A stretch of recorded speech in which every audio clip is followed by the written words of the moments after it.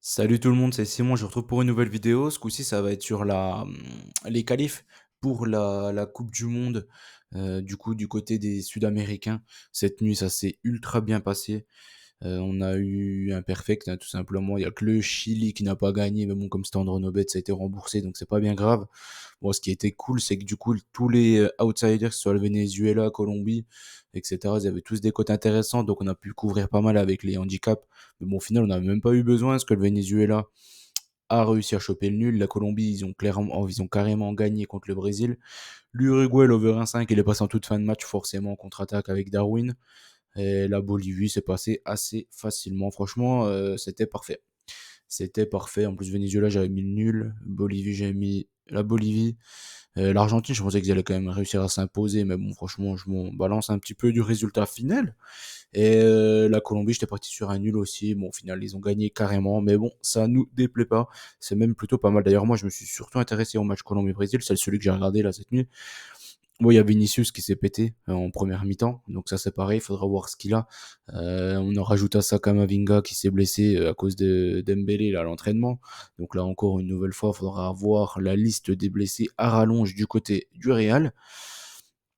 Et les Chiliens, j'ai regardé que la fin, malheureusement, ils arrivent vraiment pas. Ils arrivent vraiment pas, je trouve que c'est une équipe ultra vieillissante qui n'arrive plus à rien. Les Gary Medel, les Pulgar qui avait fait une bonne petite carrière quand même en Italie. Gary Medel maintenant qui joue en défense centrale avec Payet à Vasco de Gama, mais bon, il a 1000 ans maintenant. Il y a Alexis Sanchez qui joue plus beaucoup avec l'Inter, alors que l'année dernière, il a fait une super saison avec l'OM. Donc voilà. Il y a Brereton Diaz que je trouve qu'il est quand même pas mauvais, moi, du côté. Enfin, là, il est à Villarreal, mais je l'ai surtout vu du côté de Blackburn. Il était vraiment bon euh, en, en Ligue 2 anglaise. Bon, on va s'attaquer au prochain match. Du coup, la prochaine journée, je ne sais plus. Ouais, je sais plus, c'est dans 3 4 jours. Du coup, l'Argentine, ils sont toujours premiers malgré la défaite. L'Uruguay, il passe deuxième. La Colombie, 9 points. Le Venezuela, 8 points. Le Brésil, 7. L'Équateur, Paraguay, Chili, 5. Bolivie, 3. Et le Pérou qui passe dernier suite à la défaite en Bolivie. Premier match qui nous intéresse, Paraguay, Colombie.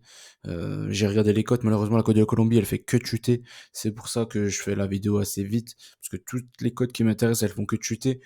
Sur ce match-là, clairement, je voulais partir le Colombie gagne nul ou perd de 1.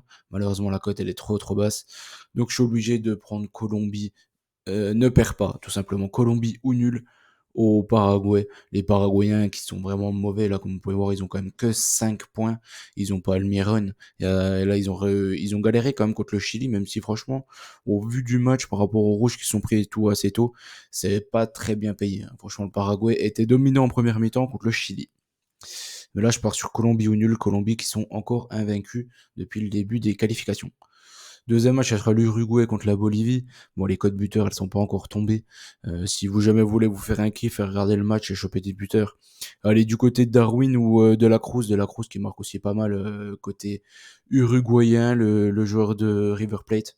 Donc voilà, je pense que je serais parti sur une double chance sur ce match-là.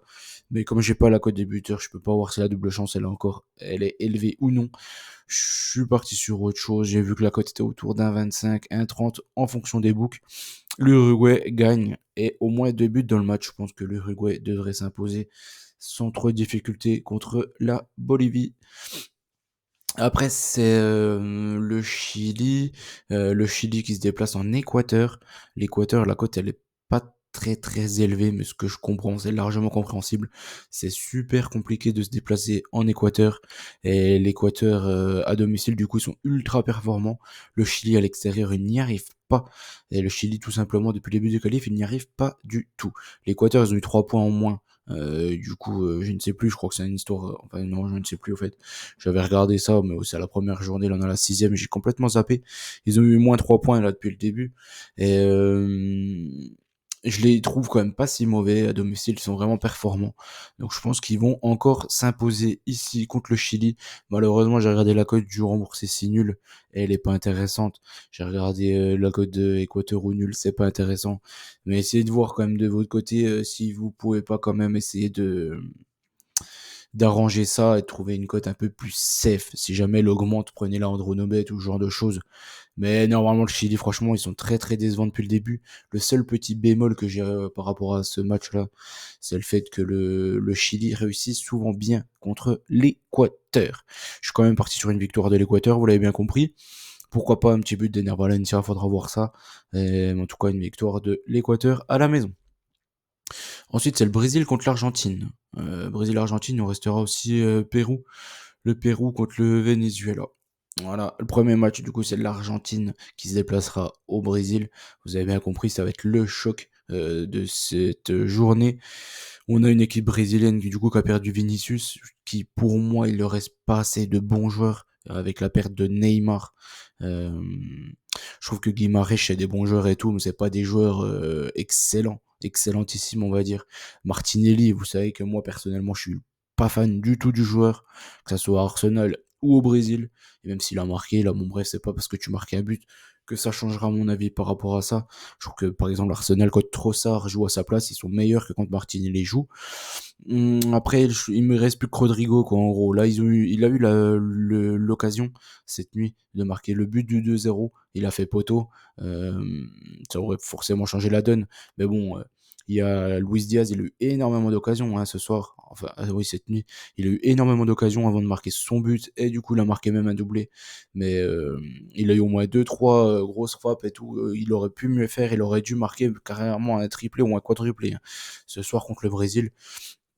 L'Argentine, je pense que comme ils avaient de l'avance et tout en termes de points, ils se sont permis, j'ai envie de dire, la défaite contre l'Uruguay, car clairement ils avaient la tête au match au Brésil. Moi, je le vois vraiment comme ça, et je pense que l'Argentine, mine de rien, même si leur défense ne me plaît pas du tout, je pense qu'ils ont quand même une meilleure équipe que le Brésil. Le milieu de terrain devrait les manger, clairement. Et en attaque, je pense que Messi aura à cœur aussi de marquer son petit but. Pourquoi pas un petit penalty. De toute façon, là encore cette nuit, il a étranglé un mec, il a encore pas eu de carton. Enfin bref, c'est toujours la même chose avec l'Argentine. De toute façon, je sais pas ce qu'il faut pour enlever la petite diva. On va pas reparler du Ballon d'Or et des impostures du Ballon d'Or.